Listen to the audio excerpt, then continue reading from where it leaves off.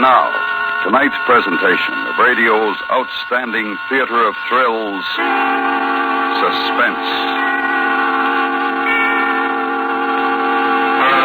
Tonight, we bring you a story of man's assault against nature. We call it The Mountain. So now, starring Parley Bear and Ben Wright, here is tonight's suspense play, The Mountain.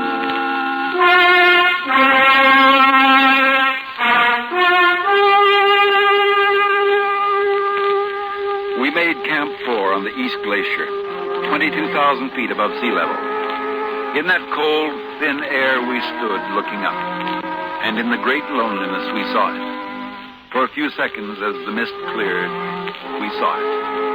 The mountain, the peak towering over us. It was beautiful and terrible. Then a swirling curtain moved round it, and it was gone again. There were 6 of us and the porters. Manson and Leeds had been sent back to Camp 3, some 4,000 feet below. Both had been badly frostbitten. So then there were 6 of us left to make the attempt. Nobody had done it before. No one had ever reached the top of that tremendous wind-swept place. And now we were ready for the assault. That night we held our last meeting in Camp 4. Thomas, Feldman, Eldridge, Gaines, Perucci, and myself. It's the best way, the most practical.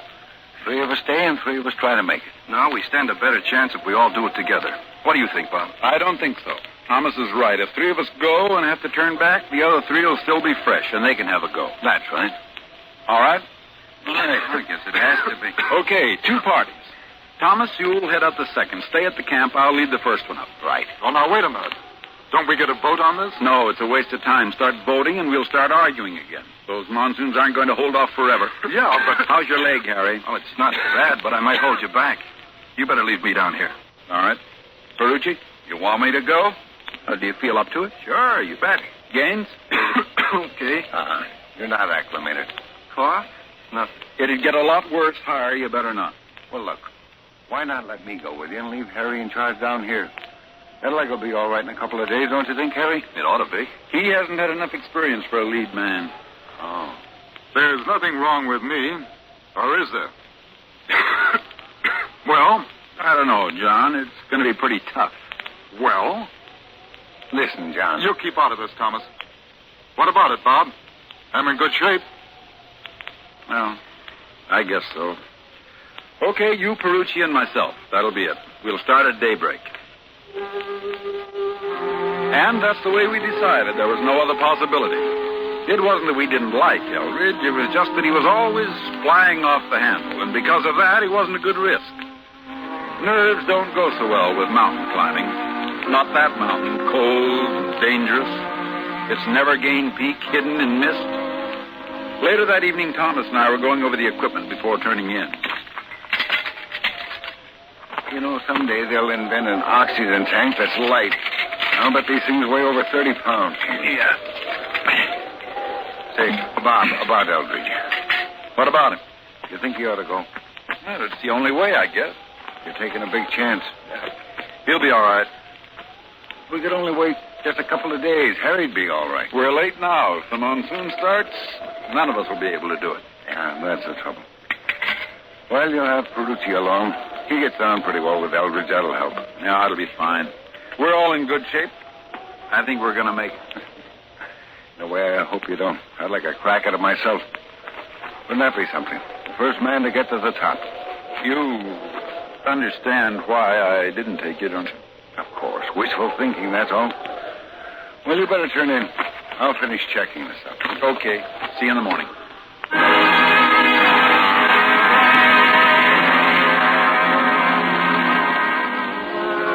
On May the 18th, we started to climb the Northwest Ridge. We were at 23,000 feet. Each of us carried a 30-pound oxygen tank besides the equipment we needed for our next camp. For 3 or 4 hours, it wasn't bad, but as we went higher, the wind started to take it out of us. We felt the cold more.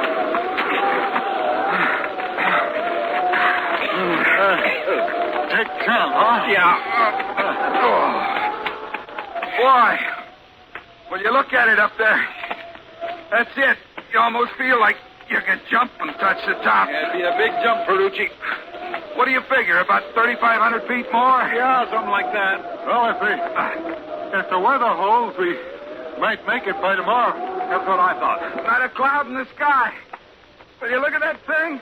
Why, what can you say when you see a mountain like that? Save your breath. We'll move in a few minutes. Then we hit patches of snow. And the pace slowed down. We spelled each other as leader, and it was my turn up ahead. Ferrucci was bringing up the rear when I heard him yell. Bob! Ferrucci's gone down. Dig in. All right. What is it? Crevasse? Yeah. Shoot the ice axe. It won't hold. The snow's too soft here. I'm slipping. Bob, I'm slipping. I saw the snow crumbling away from beneath Eldridge's feet. I saw it, and I thought of a man I knew who slipped from an aerial ladder 100 feet up. And as he fell to the ground, his legs raced wildly, arms waving, trying to find the rungs to pull himself back up. And Eldridge was doing it now, his heels churning into the soft snow at the edge of the crevasse. And then he found solid ice. Bob? Yeah. Can you pull me back? I can't get Ferrucci out from here. I'm afraid I'll go over, too. I'm right on the edge. Well, can't he get a hold of this axe? No, he's hanging free. The wall close in. Hurry. I'll try. You'll have to, John. I can't do it alone. There's too much weight. I can't. I'm afraid to move.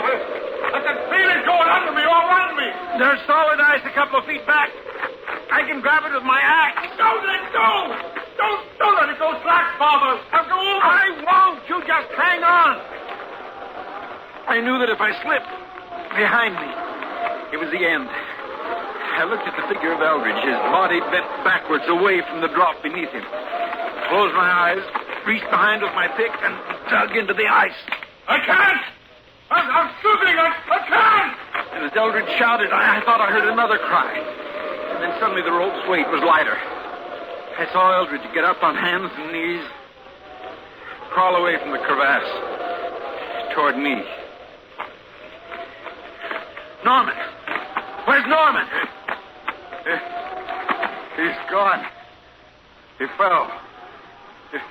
He's gone. He can't be. How? I don't know.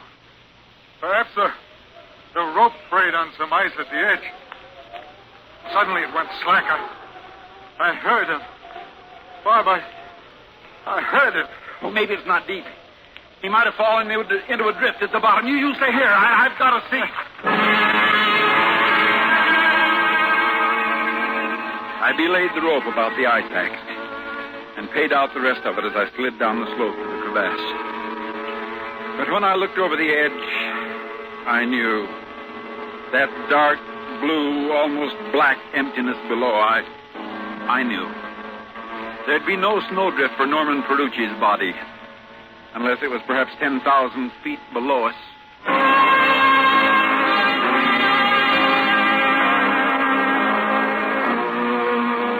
We bypassed that place, found a shelter from the wind, and pitched our tent. For a long time, neither one of us spoke. I think we were too exhausted to say anything. Exhausted and shocked. There were only two of us now. I keep hearing him. Yeah, I know. No, you don't. Not the way I do. He was a nice kid. Yeah. Doesn't seem as cold. How high do you think we are? 24,000.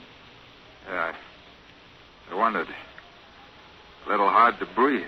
You better use the oxygen. No, not yet. We won't need it tomorrow. Yes, we will. Better save it. We're going down in the morning. No. We've got to. You and I couldn't make it up there alone. There's 2,500 feet to go, maybe more. No, we've got to go back. We'll let the others try. Just because he's gone, is that why? Look, I've done more climbing than you out here. What happened today is bad for the nerves. We couldn't make it.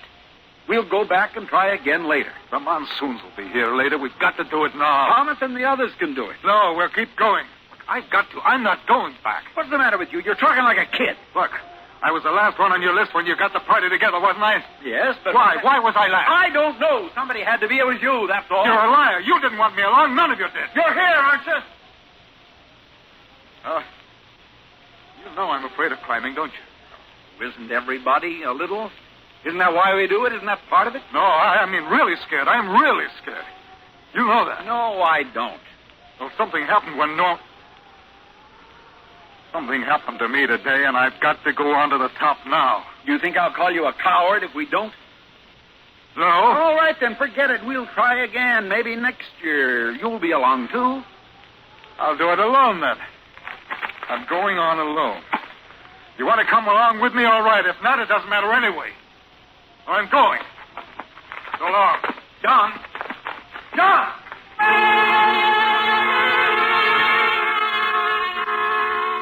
He didn't stop. Just moved up the ice slab and around a hummock out of sight. I went back inside the tent to get my pack. I couldn't let him do it alone, and I was trapped into going with him. Then I saw that the fool hadn't even taken his rope. It was neatly coiled in the corner. I grabbed it up, and as I did so, I saw the end of it. The end which had broken when Ferrucci hung over the crevasse. The rope which Eldridge had said was parted by the ice. But there were no frayed ends. The break was clean. It had been cut through, and the oil of Eldridge's knife blade was still on it. When Eldridge had thought he was going over the crevasse, he'd cut the rope which had held Norman Ferrucci's body some 20 feet into the chasm. To save his own life, he'd done this. I pulled the coil through the straps of my pack and left the tent.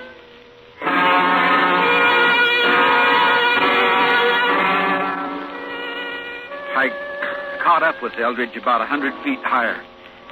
He was standing on a shallow ledge, catching his breath, and his head was tilted back, eyes fixed on that mountain. Nasty pit back there.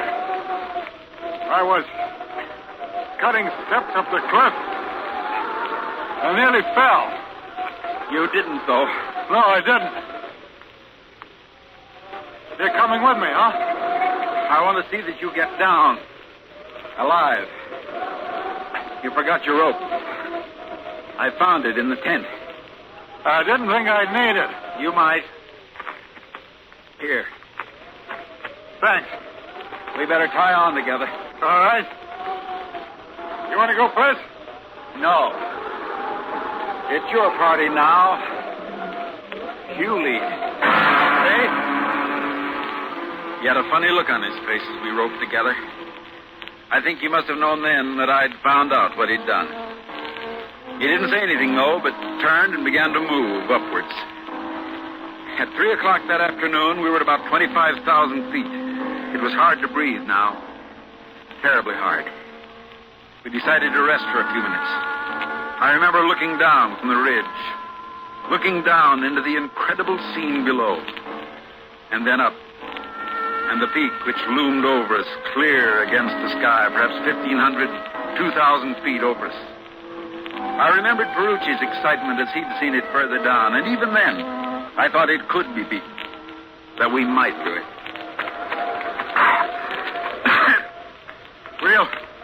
We'll use the oxygen from here as soon as we start again.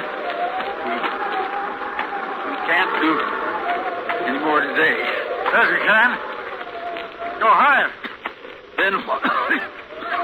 When it gets dark, camp. Finish it tomorrow if we don't today. If the storm comes up, we'll be in trouble. It won't. We're going to make it, I know. I know we are. Then what? It doesn't matter after that. We'll have to go down to the others. Yeah.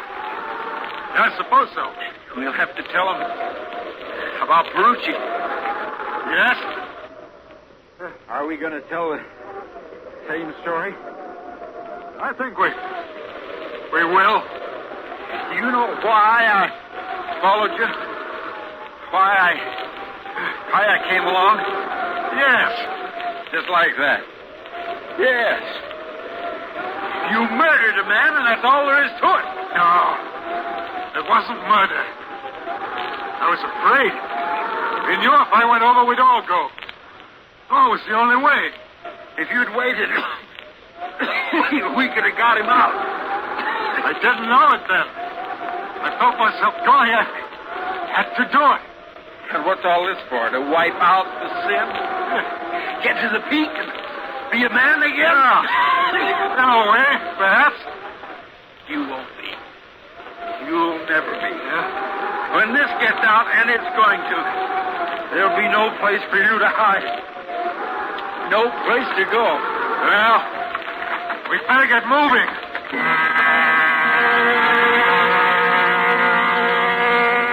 We began to use the oxygen, sparingly, and kept moving up, slower and slower, our hearts pounding with the effort. 100 feet, 200, 3, and I began to feel lightheaded. I couldn't. Not another step. I couldn't. And then it was 400 feet. Eldridge collapsed in front of me. Lay in the fine snow, sobbing. And stop here. Oh, we gotta go on. Oh, Got to. And sobbed like a child. His mind willed him to keep going, but his body wouldn't allow it. We lay there using our precious oxygen because I think had we not done so, we'd have died of fatigue. The wind had disappeared completely, and there was a silence so complete that you could almost imagine it bore a sound in itself. Deadening. Awful. We made camp and tried to sleep. We were too tired to think of food. And then with the night came a heavy mist. It began to grow much colder. The morning of May 20th was gray. The peak of the mountain was shrouded, and I knew it was going to snow. Directly ahead of us was an ice wall. There was no way around it. We had to climb almost vertically, cut our own steps with ice axes one by one, and climb. This time, I took the lead. And as I knotted the rope, Eldridge said, You don't trust me, do you?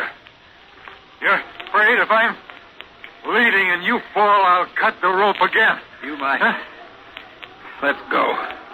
At that point, we had ascended 25,400 feet. The ice wall would take us another 100 higher. The wind began to blow again when we were halfway up.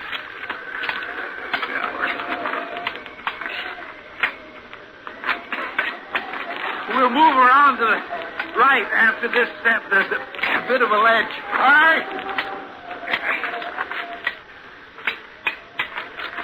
Okay. Come on. No, we can't stop. The oxygen won't hold out. We'll go back. This is it. Snow might keep up for days. I'm going on. You can't see 6 feet ahead of you. That's enough. I'm not going to give up now. We're too close. You're crazy. Yeah, I guess so. You coming? Yes, I am. I want to get you back alive.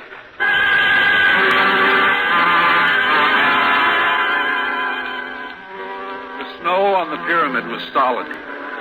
Even with the blizzard, it was comparatively easy going. And then the slope seemed to lurch, and I had a split second to see the wave of snow pouring down on me. An avalanche swept us down, thundering, killing.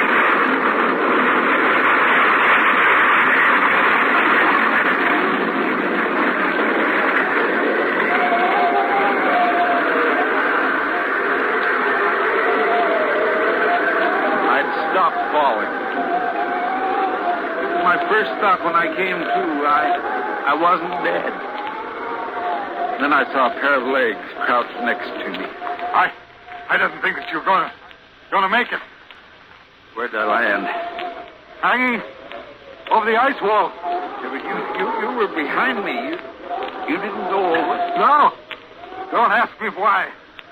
It must have been a corner of the avalanche that hit us. You ended up pulling me down. My axe caught in one of the steps and it held us both. Then you pulled me up. Yeah. Yeah, looks like it. Thanks. How long have I been out? About an hour. A little more.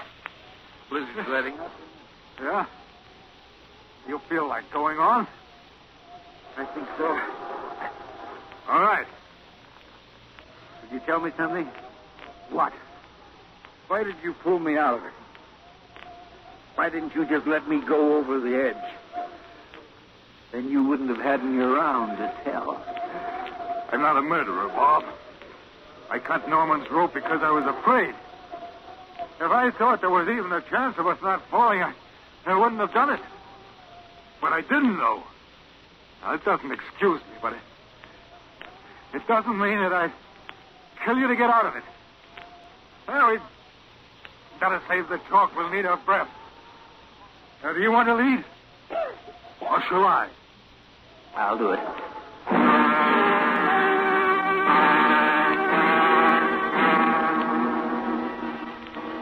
The storm had passed, and although we could see the cold sky again, the peak was still only occasionally visible through patches of mist. We went up. Higher. Higher. Then my oxygen tank gave out, and we had to share Eldridge's.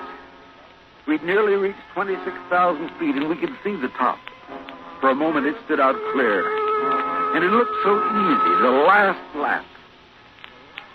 But by now, we could move only a few steps at a time till we had to rest.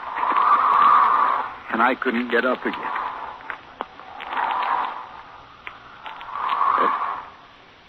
It looks pretty easy. That's that ridge. I have to wait. All right. You wait for me. I'll go on. No, we'll do it together. Just wait. A couple of minutes. It'll be getting dark. I'll be back for you. No, John. A minute. Here. You take the oxygen. I don't need it. No, John, no. I won't need it. Here. Wait here. Now, I'll get down again. Oh, wait. I'm sorry I was afraid. I still am. Afraid. Now, that's why I've got to do it. You understand? Yeah. So long, Bob.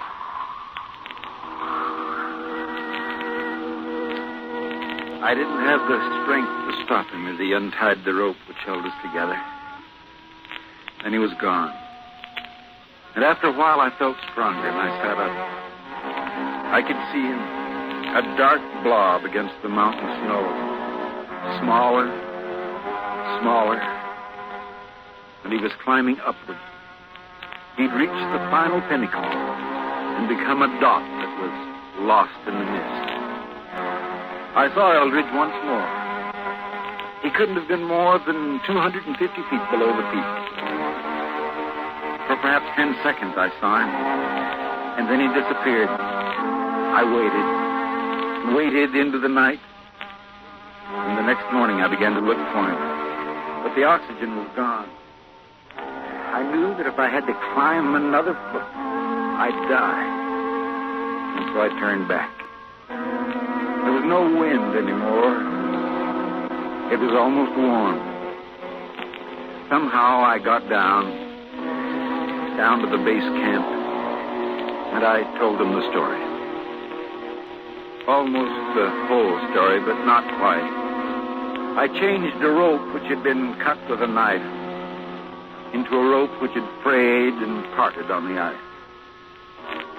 I remember as we started down to the valley below, I turned and stood a minute, looking back, looking up. And then a cloud softly poured over the peak. And in a moment, the mountain was gone.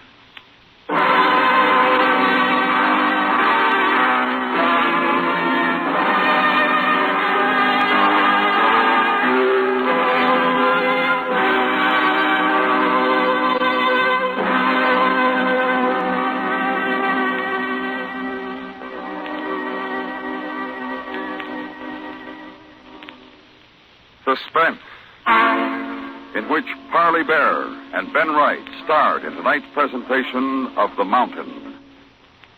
Next week, the story of what might have happened to the first atomic-powered submarine. We call it X-915. That's next week on Suspense.